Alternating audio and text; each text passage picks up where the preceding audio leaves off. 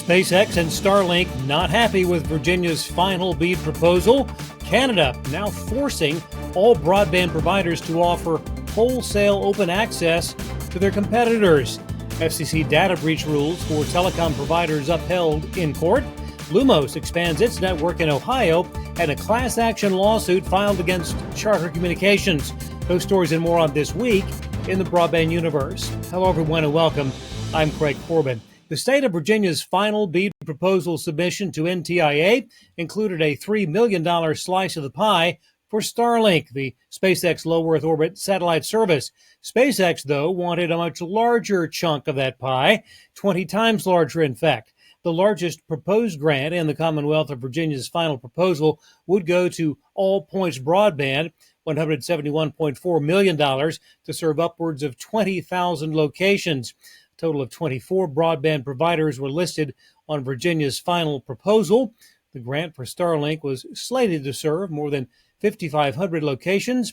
Amazon's LEO service Kuiper would receive $4.46 million for nearly 7,000 locations. FCC data breach reporting rules for telecom companies has been upheld. Federal Appeals Court panel this week voting 2-1 against a petition from industry groups under current FCC regulations when personally identifiable information involving 500 or more customers has been breached. Telecom providers have 7 business days to report those data breaches. The rules were approved in December of 2023 and put into effect in March of last year. Previous regulations covered breaches of call records or billing informations that hadn't been updated in more than 16 years. The updated rule added information such as email addresses and social security numbers.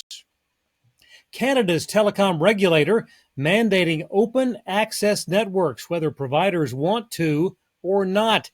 Large service providers such as Bell Canada, BCE, and Rogers Communications, none too happy about it. And the requirement from Canada's telecom regulator in 2024, the Canadian Radio, Television, and Telecommunications Commission, or CRTC, made the open access regulation to allow for more high-speed internet competition on existing networks.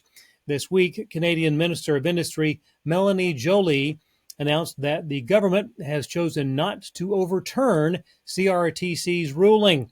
BCE, Rogers Communications, and GoGeco lobbied for a reversal. Challenge to the ruling is anticipated to go to the Canadian Federal Court of Appeal. Lumos has announced its 5th network expansion in the Buckeye State. 3,000 miles of new fiber infrastructure are on deck for Lorain and Cuyahoga counties. The High Point, North Carolina-based company will provide residential and commercial service via T-Mobile fiber, with large businesses and bulk MDU complexes served under the Lumos brand. Construction slated to begin later this year. Claims of deceptive overcharges by Charter Communications and its Spectrum Cable brand have resulted in a class action lawsuit filed this week in Kentucky federal court. At issue, a broadcast TV surcharge fee. Plaintiff Richard Wookey claims that Charter uses the fee to secretly increase the monthly rate of cable service by making it appear as though it's a government-related fee or tax. The plaintiff accuses Charter of breach of contract, unjust enrichment, and, among other things, violating Kentucky's Consumer Protection Act. And in a related note, Disney has agreed to a class action settlement that accused the company of increasing streaming costs by forcing its expensive ESPN Sports channel onto streaming platforms. Wide Open West, a.k.a. WOW, has agreed to be taken private in a $1.5 billion deal with Digital Bridge Group and Crestview Partners. WOW has more than 2 million passings in 20 markets across the Southeast and Midwest, including Georgia, Florida, South Carolina, Tennessee, Alabama, and Michigan. All outstanding shares of WOW will be acquired for $5.20 per share in an all-cash transaction expected to close during the first quarter of 2026. AI infrastructure growth providing Cisco more than double its 2025 revenue goal. A pair of $1 billion orders from hyperscalers powering strong Q4 numbers.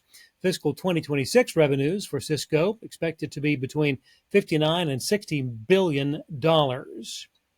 At the most recent FCC meeting, Chairman Brendan Carr announcing the appointment of Andy Hendrickson to serve as chief of the Commission's OET, that's the Office of Engineering and Technology.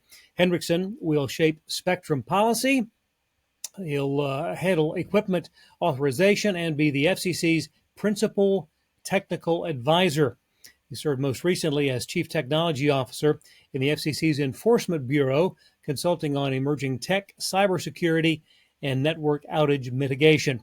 Prior to that, Hendrickson served as Senior Director of Technology at Verizon Communications and had also led global technology initiatives at Esri.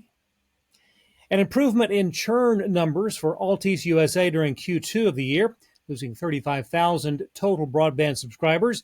That's down from 51,000, same period a year ago. Video sub losses reaching 56,000 customers. Altice did mitigate that by adding 56,000 net fiber subscribers during the quarter. And finally, mixed martial arts is big business. Paramount just signing a 7-year, $7.7 billion rights agreement with TKO Group Holdings to be the exclusive U.S. home of all UFC events. All of the UFC numbered events and fight nights will stream live on the direct-to-consumer platform Paramount Plus, with select marquee fights to be simulcast on CBS beginning in 2026. UFC conducts more than 40 events annually. They reach a base of 100 million U.S. fans and a global reach of 950 million broadcast and digital households in more than 210 countries and territories. Thanks for watching. We'll see you next time on This Week in the Broadband Universe.